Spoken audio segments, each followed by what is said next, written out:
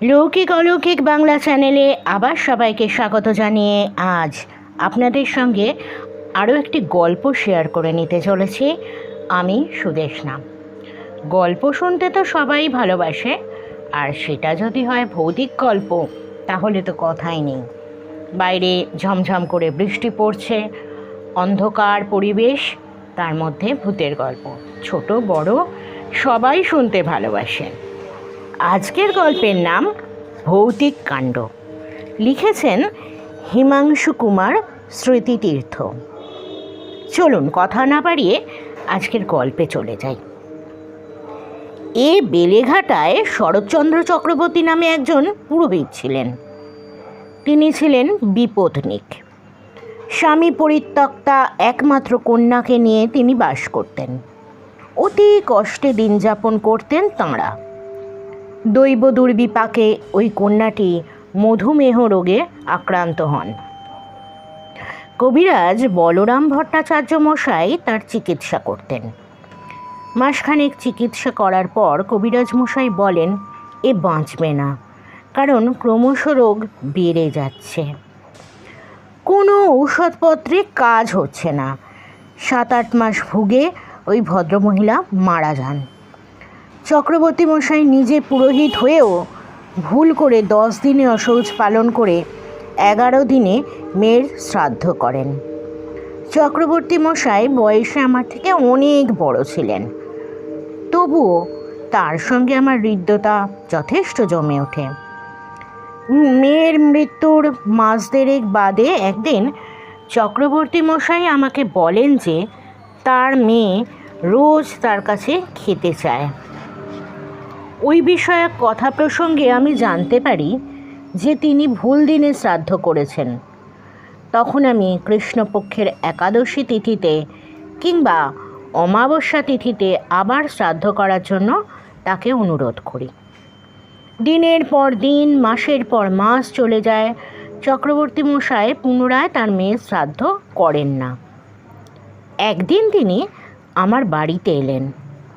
মেয়ে খেতে চাইছে বলে জানালেন যে আমার কাছে আসবার সময় সারা রাস্তা তিনি শুধু একটি কথাই শুনতে পান, বাবা আমাকে খেতে দাও। তিনি এসব কথা বলছিলেন আর অনর্গল ঘামছিলেন। কৌতূহলের বশবর্তী হয়ে আমি এক বাটি মুড়ি আর কয়েকটি বাতাসা চক্রবর্তী মশাইয়ের হাতে দিয়ে সেটা দরজার বাইরে রেখে অপেক্ষা করে দেখতে বলি। চক্রবর্তী মশাই আমাকে সঙ্গে নিয়ে দরজার কাছে বসে থাকেন। মুড়ির বাটিটা সিঁড়ির উপর রেখে দেওয়া হয়। কে খাচ্ছে, কি হচ্ছে কিছুই বুঝতে পারি না, কিন্তু 10 মিনিটের মধ্যে মুড়ির বাটি খালি হয়ে যায়। আমাদের দুজনার মনে বিশ্বাস হলো চক্রবর্তী মশাইয়ের মেয়ে কমলার আত্মা মুড়ি খেয়ে নিয়েছে।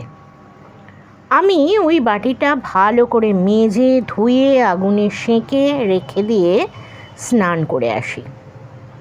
স্নান করে এসে চক্রবর্তী মশাইকে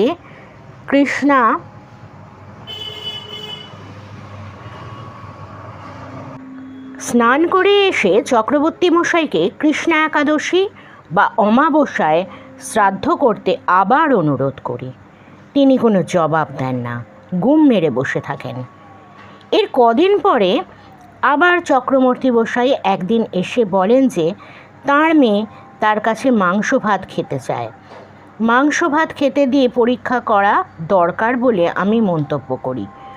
চক্রবর্তী মশাই সেদিন কিংবা তার পরের দিন মাংস ভাত রান্না করে এক পুকুরের ধারে কলা পাতায় ওই মাংস ভাত রেখে দিয়ে সেখানে বসে অপেক্ষা করতে থাকেন। তার সঙ্গে অন্য এক ব্রাহ্মণও সেখানে বসেছিলেন। তারা দেখেন মিনিট 15-র মধ্যে ওই মাংস ভাত সব শেষ। কোনো পশু পাখি আসেনি, অন্য কোনো লোকও আসেনি। ওই মাংস ভাত কে খেলো? এই প্রশ্নের একটাই উত্তর চক্রবর্তী মশাইয়ের মেয়ে কমলার আত্মা ওই মাংস ভাত খেয়ে গেছে। মনে ধন্দ থাকলেও ও কথা অস্বীকার করতে পারিনি। তারপর আমার বারংবার অনুরোধে চক্রবর্তী মশাই এক কৃষ্ণা একাদশী তিথিতে মেয়ের আবার শ্রাদ্ধ করেন, কিন্তু আগে থেকে কম হলেও মাঝে মাঝেই মেয়ে তার কাছে খেতে চায়। আমি তখন চক্রবর্তী মশাইকে মেয়ের মাসিক শ্রাদ্ধ করতে বলি। চক্রবর্তী মশাই মেয়ের মৃত্যুর 1 বৎসর পূর্ণ হলে যথাকালে মেয়ের মাসিক স্বপিণ্ডকরণ শ্রাদ্ধ করেন। তবুও মাঝে মাঝে মেয়ে তার কাছে খেতে চায়।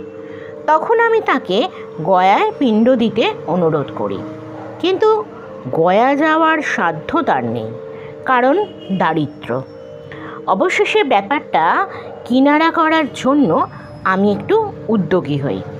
আমি চক্রবর্তী মশাইয়ের হাতে 50 টাকা দিই এবং ওং পারেন মুখার্জি, ওং কানু সেনগুপ্ত, ওং ডাক্তার বীরেন সরকার ও ননীগোপাল ভট্টাচার্য মশাইয়ের কাছে থেকে 25 টাকা করে সাহায্য পাই।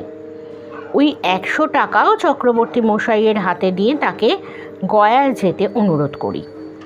এটা 1968 কি 1969-এর ঘটনা। চক্রবর্তী মশাই নিজেও আর 2-4 জনের কাছ থেকে কিছু সাহায্য আদায় করেন, আর এই টাকা সম্বল করে তিনি গয়ায় যান এবং গয়া কৃত্য সম্পন্ন করে আসেন। এরপর অল্প কিছুদিনের মধ্যেই চক্রবর্তী মশাই স্বর্গবাসী হন। ভদ্রলোকের নাম নিত্যানন্দ ভট্টাচার্য, ওরফে নিতাই ঠাকুর। ভদ্রলোক ব্যারাকপুরে থাকতেন। বেলেঘাটায় 4-5 বাড়িতে নিত্য পুজো করতেন। তাছাড়া এমনিও পৌরোহিত্য কর্ম করতেন। রোজ সকালে ব্যারাকপুর থেকে বেলেঘাটায় চলে আসতেন। কোনো দিন রাখাল ঘোষ লেনে তার দিদির বাড়িতে দুপুরে খাওয়া দাওয়া করতেন। বেশিরভাগ দিনই বেলেঘাটার কাজ মিটিয়ে ব্যারাকপুরে ফিরে যেতেন। একদিন রাত্রে তার মায়ের খুব পেট ব্যথা আরম্ভ হলো। ওই পেট ব্যথা আর কমে না। পরের দিন রাত্রে একজন হোমিওপ্যাথিক ডাক্তার ডেকে আনা হলো। ডাক্তারবাবু দেখে শুনে বললেন, ভয়ের কিছু নেই, সেরে যাবে। ঔষধ দিয়ে গেলেন, কিন্তু পেটের ব্যথার কোনো উপশম হলো না। 1 দিন 2 দিন ছাড়া ছাড়া পেটের ব্যথা। ডাক্তার আসেন, দেখেন, ওষুধপত্র দেন, কিন্তু কাজ কিছুই হয় না। ভদ্রমহিলা পেটের ব্যথায় সব সময় কাতরাতে থাকেন। 14-15 দিন পরে একদিন ওই ভদ্রমহিলার জ্বর হয়। জ্বরে ও পেটের ব্যথায় জর্জরিত ভদ্রমহিলা যেন আর সহ্য করতে পারছিলেন না। বয়স তার 70-এর ওপর। 4 দিন জ্বরে ভোগার পর একদিন তাঁর পেট অসম্ভব রকম ফুলে ওঠে, পেটটা খুব শক্ত হয়ে ওঠে। অবশেষে তিনি মারা যান। মায়ের মৃত্যুর পর নিতাই ঠাকুর তাঁর স্ত্রী ও 2 পুত্র নিয়ে বাস করতে থাকেন। মায়ের শ্রাদ্ধ শান্তি মিটে যাওয়ার কয়েকদিন পর একদিন ওই ঠাকুরমশাই আমার বাবার কাছে আসেন এবং জানান যে রোজ রাত্রে মায়ের ওই কাতরানোর শব্দ শোনা যায় আর বাড়িতে ঢিল পড়ে। আমার বাবা পঞ্জিকা দেখে তাকে জানান যে তার মা মৃত্যুকালে ত্রিপুষ্কর দোষ পেয়েছে, যত শীঘ্র সম্ভব ওই দোষ কাটাতে হবে। দোষ কাটাতে হলে পঞ্চাঙ্গ সস্তায়ন করা দরকার। নিতাই ঠাকুর গরিব মানুষ, তার পক্ষে পঞ্চাঙ্গ সস্তায়ন করানো অসম্ভব। এরপর একদিন এসে তিনি আমার বাবাকে জানান যে দিনে রাত্রে সবসময় ঘরের ভেতর ঢিল পড়ে, কাতরানো শব্দও বন্ধ হয় না, দরজা জানলা বন্ধ করে ঘরে থাকা অবস্থাতেও ঘরের ভিতর ঢিল পড়ে। আর মাঝে মাঝেই রাত্রে তার বড় ছেলে ঘুমের ঘোরে কেঁদে উঠে বলে, ঠাকুমা আমি যাব না, তুমি এসো না, তোমাকে দেখলে আমার ভয় করে। ঠাকুরমশাইয়ের স্ত্রী মাঝে মাঝেই ঘরে একটি ছায়ামূর্তি দেখতে পান। সকলের মনেই আতঙ্ক, ভীত সন্ত্রস্ত ভাব। বড় ছেলেটিরও জ্বর হতে আরম্ভ করে, আর দিন দিন সে কেমন যেন শুকিয়ে যেতে থাকে। একদিন রাত্রে দরজা জানলা বন্ধ করে মশারি খাটিয়ে বড় ছেলেকে নিয়ে ঠাকুরমশাইয়ের স্ত্রী শুয়ে আছেন। আর একটা বিছানায় মশারি খাটিয়ে ছোট ছেলেকে নিয়ে ঠাকুরমশাই শুয়েছিলেন। হঠাৎ শুনতে পেলেন মায়ের গলা। মনে হলো মা বলছেন, নিতাই, আমার মুক্তির ব্যবস্থা কর, তা না হলে আমি তোর বড় ছেলেকে ছাড়ব না। আর এই ঘটনার পরের দিন থেকে ঠাকুরমশাইয়ের বড় ছেলে অর্ধ উন্মাতের মতো আচরণ করতে আরম্ভ করে। ওই ছেলেটির বয়স 9-10 বছর মাত্র। খেতে দিলে অস্বাভাবিক পরিমাণে খাবার খায়, ভয়ে জড়সড়। গোটা পরিবারের সকলের চোখে মুখে আতঙ্কের ছাপ। দরজা জানলা বন্ধ করে মশারি খাটিয়ে শুয়ে থাকলেও মশারির ভিতরেও ঢিল পড়ে। আর মাঝে মাঝেই মায়ের গলায় ওই একই কথা শুনতে পান, নিতাই, আমার মুক্তির ব্যবস্থা কর। অবশেষে একদিন ওই নিতাই ঠাকুরমশাই আমার বাবার কাছে এসে কেঁদে বলেন, আপনি ব্যবস্থা করে দিন, আমি ঘটিবাটি বিক্রি করেও পঞ্চাঙ্গ সস্তায়নের ব্যবস্থা করব। তা না হলে আমার বড় ছেলেটা আর বাঁচবে না। ওর জ্বর বন্ধ হচ্ছে না, দিন দিন শুকিয়ে যাচ্ছে, অস্বাভাবিক পরিমাণে খায়। আমার স্ত্রীও ঘরের ভিতর একটা ছায়া মূর্তি দেখতে পায়। যা করে হোক আমাদের বাঁচান। আমার বাবা তখন পঞ্জিকা দেখে একটা দিন স্থির করেন আর তাকে অভয় দিয়ে বলেন যে ঘটিবাটি বিক্রি করার দরকার নেই, কাপড়, গামছা, থালা বাসন যা দরকার সেসব আমার কাছ থেকে হয়ে যাবে। কোনো রকমে কাঁচা মাল অর্থাৎ চাল, কলা, ফল, তিল, হরিতকি প্রভৃতি জোগাড় করে নিলেই হবে। যে 5 জন লোক শান্তি সস্তায়ন করাতে যাবে তাদের দক্ষিণার দায়িত্ব আমার থাকলো। যাই হোক, নির্দিষ্ট দিনে আমার বাবা আর 4 জন পণ্ডিত মশাইকে নিয়ে ব্যারাকপুরে ওই নিতাই ঠাকুরমশাইয়ের বাড়িতে যান। যথাযথভাবে শান্তি সস্তায়ন মিটে যায়। নিতাই ঠাকুরমশাইয়ের ছেলে ধীরে ধীরে সুস্থ হতে থাকে। কাতরানোর শব্দও হয় না, ঘরে ঢিলও আর পড়ে না, তার স্ত্রীও আর ছায়ামূর্তি দেখতে পান না।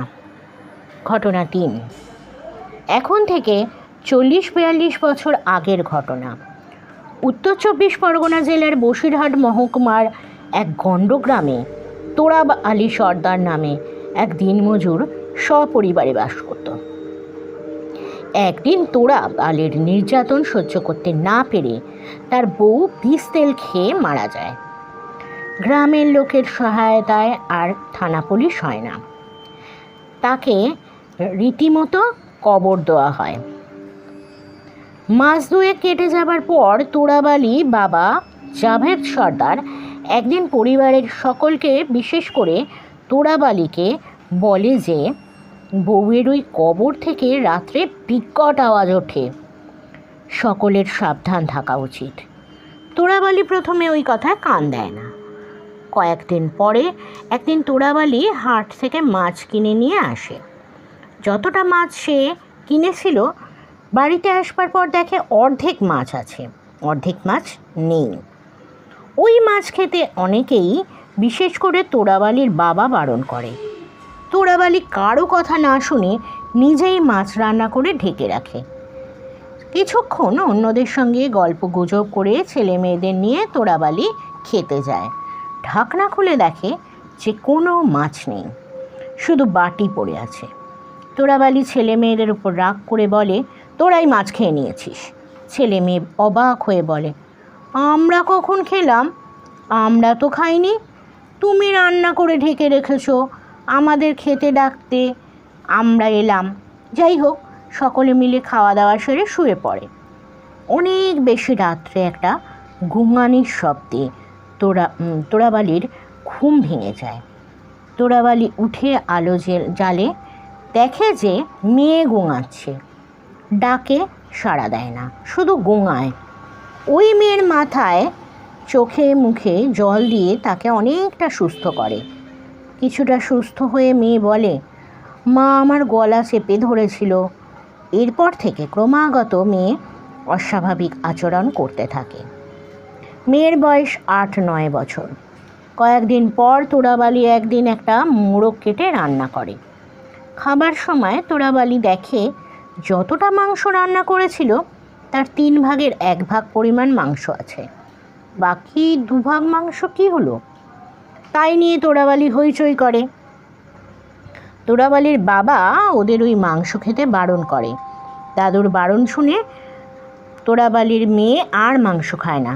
কিন্তু তোরাব আলী ও তার ছেলে হেরমত এই মাংস খায়। সেদিনই সন্ধ্যার পর থেকে হেরমত পাগলের মতো আচরণ করতে থাকে। কোনো কাজ করে না, ঠিকঠাক মতো স্নান খাওয়া করে না, এলোমেলো কথা বলে। তোরাবালিরও পেটে মাঝে মাঝে ব্যথা হয়। তোরাবালির বাবা জাভেদ সর্দার মসজিদের মৌলানাকে ডেকে এনে সব কথা বলেন। মৌলানা সাহেব তোরাবালির ওপর বউয়ের কবরের পাশে বসে নানা ধরনের অনুষ্ঠান করতে থাকেন। দুটো প্রদীপ জ্বেলে দেন। হাওয়া বইলেও প্রদীপ দুটো নেভে না। প্রায় ঘণ্টাখানেক চেষ্টা করবার পর মৌলানা সাহেব তোরাবালিদের সকলকে ডেকে মাথায় জল ছিটিয়ে দেন এবং বলেন, ওই কবর থেকে বিকট বিকট শব্দ বেরোচ্ছে, আরও 3 দিন আমাকে আসতে হবে, তবে ভালো হবে সব। মৌলানা সাহেব যথারীতি আরও 3 দিন আসেন ও তার প্রক্রিয়াদি করেন। তোরাবালির পেটের ব্যথা সেরে যায়, মেয়ের অদ্ভুত আচরণও ভালো হয়, কিন্তু হেরমতের কোনো পরিবর্তন হয় না। তার আচরণ দিন দিন বেড়েই চলে। অনেক সময় শরীরে কোনো আচ্ছাদন রাখে না, আর রোজ মাংস খেতে চায়। এরপর একদিন তোরাবালি 4টে মুরগি কিনে আনে, অন্য মুরগিদের সঙ্গে খাঁচায় রাখে। পরের দিন দেখে ওই নতুন 4টে মুরগির 2টো মুরগির পালক পড়ে আছে, মুরগি নেই। মুরগি কী হলো? অবাক হয়ে সকলে সে কথা ভাবছে, বলছে। হঠাৎ শুনতে পেল হেরমথের মায়ের গলায় সে বলছে, ও মুরগি 2টো আমি খেয়ে নিয়েছি, আরও খাবো। তোরা মাছ, মাংস, ডিম যত আনবি সব আমি খেয়ে নেব। সেদিনই সন্ধ্যার পর হেরমত চেঁচিয়ে বলে ওঠে, ওই কবরের ওপর মা বসে আছে। সকলে হৈ হৈ করে বেরিয়ে আসে এবং দেখতে পায় যেন এক ছায়ামূর্তি ওই কবরে বিলীন হয়ে যায়। কিছুক্ষণের মধ্যেই কবর থেকে আবার বিকট আওয়াজ আসতে থাকে। এবার সকলের মনে ভয় ধরে যায়। তোরাবালিও যেন কেমন ঝিমিয়ে পড়ে। পরের দিন আবার মৌলানা সাহেবকে ডেকে আনা হয়। মৌলানা সাহেব এসে বাড়ি বন্ধন করে দিয়ে যান, বলে যান যে এবার থেকে আর মাছ, মাংস, ডিম কেউ খেয়ে নেবে না। দুর্ভাগ্যের এবার থেকে বিষয়, তার কয়েকদিনের মধ্যেই একদিন তোরাবালি আরও একটা মুরগি কেটে রান্না করে। তোরাবালি নিজে রান্না করে ভালো করে ঢেকে রাখে। ছেলে মেয়ে নিয়ে খেতে বসে দেখে মাংস খুব সামান্যই আছে। এই দিন তার ভয়ে আর মাংস কেউ তারা খায় না। আর একদিন তোরাবালি হাট থেকে অনেকগুলো কুঁচো মাছ কিনে আনে। যতটা কুঁচো মাছ সে কিনেছিল, বাড়িতে এসে দেখে তার অর্ধেকের কিছু কম আছে। দেরি না করে ওই মাছ কেটে রান্না করে ছেলে মেয়ে নিয়ে খেতে বসে। কিন্তু মাছ খাওয়া যাচ্ছে না, তেতো লাগছে। মাছ খেতে না পেরে তোরাবালি তার বউয়ের উদ্দেশ্যে অনেক গাল পাড়ে। এরপর থেকে হেরমতের উন্মত্ততা আরও বেড়ে যায়। এভাবে কয়েক মাস কাটবার পর আমি একদিন ওই গ্রামেই আমার এক শিষ্যের বাড়িতে যাই। আমার খবর পেয়ে তোরাবালির বাবা জাভেদ সর্দার হেরমতকে নিয়ে আমার কাছে আসে। অনুপূর্ব ঘটনা সব বলে, আরও বলে যে করে হোক ছেলেটাকে ভালো করে দিতেই হবে। উত্তরে আমি জানাই যে ওই হেরমতকে ভালো করে 2টো কবচ পরাতে হবে, আর হেরমত কোনো দিন গোমাংস খেতে পারবে না। এই শর্তে রাজি থাকলে ছেলেকে ভালো করে দেওয়া যাবে। জাভেদ সর্দার তার ছেলে তোরাবালিকে ডেকে আনে এবং আমার শর্তের কথা জানায়। ওরা রাজিও হয়ে যায়। আমি পরের দিন জাভেদের বাড়ি গিয়ে হেরমতের মায়ের কবরে 3টি প্রদীপ জ্বেলে দিই। কিছু তন্ত্রমন্ত্র সম্মত কাজ করে আমি বলি, আর ভয় নেই, কবর থেকে আর কোনো বিকট আওয়াজ উঠবে না। হেরমতকেও কবচ করে দিই। অল্প দিনের মধ্যেই হেরমত সুস্থ হয়ে ওঠে। কবর থেকেও আর কোনো বিকট আওয়াজ পাওয়া যায় না। মোটামুটি ভালোই চলছিল। বছর 4 পরে এক ভূতসভায় হেরমত গোমাংস খায়। আবার তার উন্মত্ততা আরম্ভ হয়। ক্রমাগত উন্মত্ততা বাড়তে থাকে। তোরাবালি আবার আমার কাছে আসে। আমি পরিষ্কার জানিয়ে দিই, আমার আর করবার কিছু নেই। তোমার ছেলেকেও আর বাঁচানো যাবে না। ছেলে শর্ত ভঙ্গ করেছে, ফল যা হবার তাই হবে। মাস 6 পরে শুনলাম হেরমত বদ্ধ উন্মাদ হয়ে গেছে এবং নিজেই একদিন গলায় দড়ি দিয়ে মরেছে। খবরটা পেয়ে খুব দুঃখ পেলাম, কিন্তু আমার আর কিছু করবার ছিল না। ও গোমাংস না খেলে ভালোই থাকতো। ছেলেটা নিজের ভুলে মারা গেল। ভদ্রলোকের নাম, 4 নম্বর ঘটনায় যাচ্ছি। ভদ্রলোকের নাম সুধীর কুমার রায়। তিনি স্ত্রী পুষ্পরানী রায়, পুত্র বিশ্বনাথ রায় ও পুত্রবধূ শেফালি রায় মোটামুটি সুখেই বাস করছিলেন। দৈব দুর্বিপাকে একদিন দুর্যোগের উপস্থিতি হলো। ব্যাপারটা অতি তুচ্ছ, কিন্তু ঘটনা ঘটে গেল মারাত্মক। একদিন রাত্রে ওই সুধীর কুমার রায় মশাই খেতে বসেছেন। ছেলের বউ শেফালি রায় তাকে খাবার দিচ্ছেন। অন্যান্য খাবার খেয়ে মাংস খাওয়ার সময় রায়মশাই কিছুটা একটু চটে উঠলেন, কারণ মাংস খুব ঝাল হয়েছে। রায়মশাইয়ের স্ত্রী স্বামীকে শান্ত করার জন্য বললেন, বৌমা ছেলে মানুষ, দইবার ঝাল বেশি হয়ে গেছে বুঝতে পারেনি, একটু কষ্ট করে খেয়ে নাও, নইলে বৌমা মনে দুঃখ পাবে। এই সান্ত্বনা বাক্যে কোনো ফল হলো না। রায়মশাই আরও চটে গেলেন। এ নিয়ে দুজনার মধ্যে কিছু কথা কাটাকাটি হয়। ওই কথা কাটাকাটি শেষ পর্যন্ত কলহে পরিণত হয়। উত্তেজিত রায়মশাই কাছে থাকা একটা পিতলের বড় পিলসুচ স্ত্রীর দিকে ছুঁড়ে মারেন। পিলসুচটা পুষ্পরানীর নাকের উপর পড়ে। তিনি মাগো বলে চিৎকার করে মাটিতে লুটিয়ে পড়েন এবং প্রাণ হারান। পুত্র বিশ্বনাথ তখন বেরিয়ে একজন ডাক্তার ডেকে আনেন। অনেক অনুরোধ করে ডেথ সার্টিফিকেট পান। ওই ডাক্তার সেরিব্রাল অ্যাটাকে ভদ্রমহিলার মৃত্যু হয়েছে বলে ডেথ সার্টিফিকেট দেন। যথাকালে দাহকার্য সম্পন্ন হয়।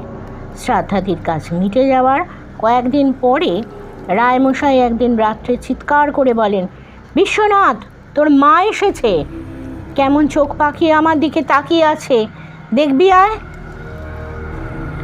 বিশ্বনাথ তার বাবার ঘরে গেল, কিন্তু কিছুই দেখতে পেল না। রায়মশাই দরজার দিকে আঙুল দেখিয়ে বলেন, ওই দেখ, তোর মা দাঁড়িয়ে আছে, চোখ দুটো কেমন লাল, হাত পাগুলো সরু সরু। কিন্তু বিশ্বনাথবাবু কিছুই দেখতে পেল না। ওটা বাবার মনের ভুল মনে করে তাকে ঘুমোতে বলে নিজের ঘরে চলে এলো। 2-4 দিন পরে আর এক বিপত্তির সৃষ্টি হলো। বিশ্বনাথের বউ শেফালি মাঝে মাঝেই বলতে থাকে, মা আমার কাছে মাংস খেতে চাইছেন। এই দুরকম ঘটনাই মাঝে মাঝে ঘটতে থাকে। 3-4 মাস কেটে যায়, অবস্থার কোনো পরিবর্তনই হয় না। হঠাৎ এক শনিবার রাত্রে সুধীরবাবু বিকট চিৎকার করে বলেন, আমি তোমাকে ভয় পাই না, তুমি যত ভয়ঙ্কর মূর্তিতেই আসো, আমাকে মারতে পারবে না। চিৎকার শুনে বিশ্বনাথ আর তার স্ত্রী শেফালি বাবার ঘরে যায়। একটা ছায়ামূর্তি দেখতেও পায়। রায়মশাই বিশ্বনাথের কাছে একটা লাঠি চান, কিন্তু তিনি ভয়ে কাঁপছিলেন। কিছুক্ষণের মধ্যেই ছায়ামূর্তি মিলিয়ে যায়, কিন্তু রায়মশাইয়ের শরীরের কাঁপুনি ও মুখের আস্ফালন বন্ধ হয় না। ঘণ্টাখানেকের বেশি সময় এভাবে কাটে, পরে সব ঠিকঠাক হয়ে যায়। পরের দিন দুপুরবেলা এক ফকির তাদের বাড়িতে এসে কিছু ভিক্ষা চায়। বিশ্বনাথের স্ত্রী শেফালি ওই তাদের বাড়িতে ফকির সাহেবকে কিছু চাল ও কিছু পয়সা দিতে তার কাছে বাড়ির ভীতির কথা জানান। আরও বলেন যে তাঁর শাশুড়ি তার কাছে প্রতিদিন মাংস খেতে চান।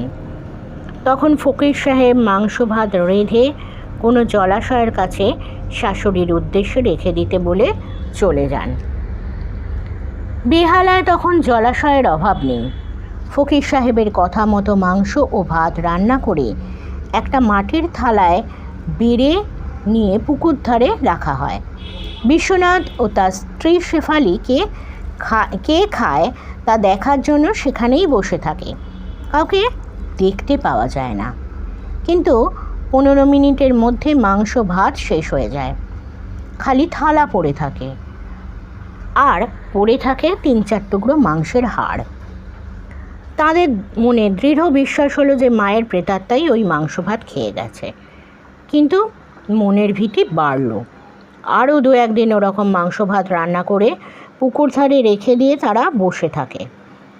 ঘটনা একই রকম ঘটে, অর্থাৎ মাংস ভাত কে খেয়ে যায়। এবার থেকে মাঝে মাঝে মায়ের কথাও বিশ্বনাথ ও শেফালি শুনতে পায়।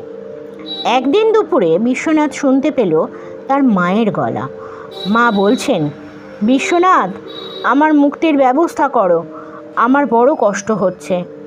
রায়মশাই প্রায় প্রতিদিন রাত্রে তার স্ত্রীর বিকট মূর্তি দেখতে পান আর চিৎকার করে বলে ওঠেন, বিশ্বনাথ, তোর মা, কি ভয়ঙ্কর মূর্তি, কার কাছ থেকে জানি না আমার ঠিকানা সংগ্রহ করে ওই বিশ্বনাথ রায় একদিন আমার কাছে আসে এবং আনুপূর্বিক ঘটনা আমার কাছে খুলে বলেন।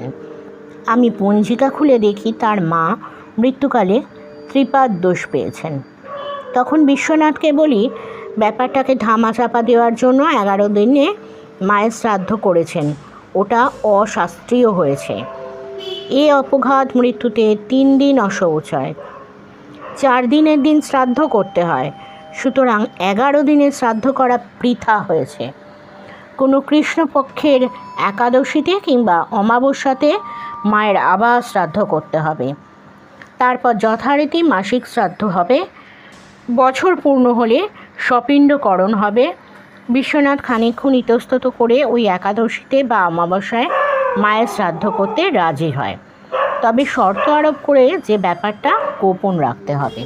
ওই ত্রিপাদ দোষ কাটানোর জন্য পঞ্চাঙ্গ সস্তায়ন ও কালী পুজো করার জন্য ব্যবস্থা আমি দিই। বিশ্বনাথ আমার সব কথাতেই রাজি হয়। এক অমাবস্যার দিনে কালীঘাটে গিয়ে কার্তিকের ঘাটে একখানা ঘর ভাড়া করে বিশ্বনাথের মায়ের শ্রাদ্ধ করা হয়। তারপর একটি ভালো দিন দেখে ওদের বেহালার বাড়িতে পঞ্চাঙ্গ সস্তায়ন ও কালী পুজোর ব্যবস্থা করা হয়। মাসিক শ্রাদ্ধগুলিও ঠিকঠাক মতো হতে থাকে। বিশ্বনাথ ও তার স্ত্রীর মনের ভীতি দূর হয়, কিন্তু সুধীরবাবুর ভীতি দূর হয় না। তিনি বেশিরভাগ দিনই রাত্রে তার স্ত্রীকে দেখেন, তবে স্ত্রীর স্বাভাবিক মূর্তি দেখেন না, বিকট মূর্তি দেখতে পান। তার মনের ভয় ক্রমাগত বাড়তে থাকে এবং জ্বর আরম্ভ হয়। 21 দিন জ্বরে ভুগে তিনি মারা যান। বছর পূর্ণ হলে যথাকালে বিশ্বনাথ তার মায়ের সপিণ্ডকরণ করেন। তারপর বাবার মৃত্যুর বছর পূর্ণ হলে তাঁরও সপিণ্ডকরণ শ্রাদ্ধ শেষ হয়। তারপর বিশ্বনাথ গয়া যান এবং গয়াকৃত্য শেষ করেন। কেন জানি না ওরা আর বেহালায় থাকতে রাজি নন। বেহালার বাড়ি বিক্রি করে প্রথমে উল্টোডাঙা, পরে বেলেঘাটায় বাড়ি কিনে বাস করতে থাকেন। বেহালার বাড়ি ছেড়ে দেওয়ার পরে তাঁদের আর কোনো মানসিক বৈকল্য দেখা যায় না। বিশ্বনাথের স্ত্রী আজ জীবিত নেই, কিন্তু বিশ্বনাথ বেঁচে আছেন। নিঃসন্তান বিশ্বনাথ 2জন লোক রেখে নিজের দিন যাপন করছেন। এখনও মাঝে মাঝে আমার কাছে আসেন নিছক গল্প করার জন্য। বন্ধুরা, আজকে টুকরো টুকরো ঘটনা শোনালাম, তো কেমন লাগলো আপনারা অবশ্যই জানাবেন। এটার গল্পটার নামই হয়েছে ভৌতিক কাণ্ড। লিখেছেন হিমাংশু কুমার স্মৃতিতীর্থ, তার নিজের জীবনের কিছু ঘটনা তুলে ধরেছেন। আপনাদের এই গল্পগুলো শুনতে কেমন লাগছে কমেন্ট বক্সে অবশ্যই জানাবেন। রবিবার যথারীতি আরও একটা সত্যি ঘটনা নিয়ে আপনাদের সামনে হাজির হব। বৃহস্পতিবার করে থাকছে একটি করে গল্প। আপনারা যেভাবে আমার সঙ্গে রয়েছেন, আমার খুবই মনে জোর বাড়ছে যে হ্যাঁ, হয়তো আমি কিছু মানুষকে ভালো লাগাতে পারছি। কারণ এখনকার দিনে তো সেই পারিবারিক বন্ধন থাকে না। ছোটরাও অনেকে বাংলা পড়তে পারে না, বড়দেরও বয়স্ক যারা মানুষ আছেন চোখে দেখতে পান না, তখন কি হয়, গল্প পড়তে পারেন না, কিন্তু গল্প শুনতে সবাই ভালোবাসে। আপনাদের কাছে অনুরোধ, যাদের জীবনে বা পরিচিত কারো জীবনে কোনো অলৌকিক ঘটনা ঘটে থাকলে বা কোনো দৈবিক ঘটনাও যদি ঘটে থাকে, আমার সঙ্গে অবশ্যই শেয়ার করবেন। ডেসক্রিপশন বক্সে মেল আইডি দেওয়া থাকে, হোয়াটসঅ্যাপ নাম্বার দেওয়া থাকে। আপনারা ভয়েস রেকর্ড করেও পাঠাতে পারেন, ঘটনা লিখেও পাঠাতে পারেন। প্লিজ পাঠান, অন্য বন্ধুদের সঙ্গে শেয়ার করতে পারবো, সবারই ভালো লাগবে। তো আজকে এই পর্যন্ত। আজ আমি শুভরাত্রি জানিয়ে বিদায় নিচ্ছি। সবাই ভালো থাকবেন, সুস্থ থাকবেন। বাই।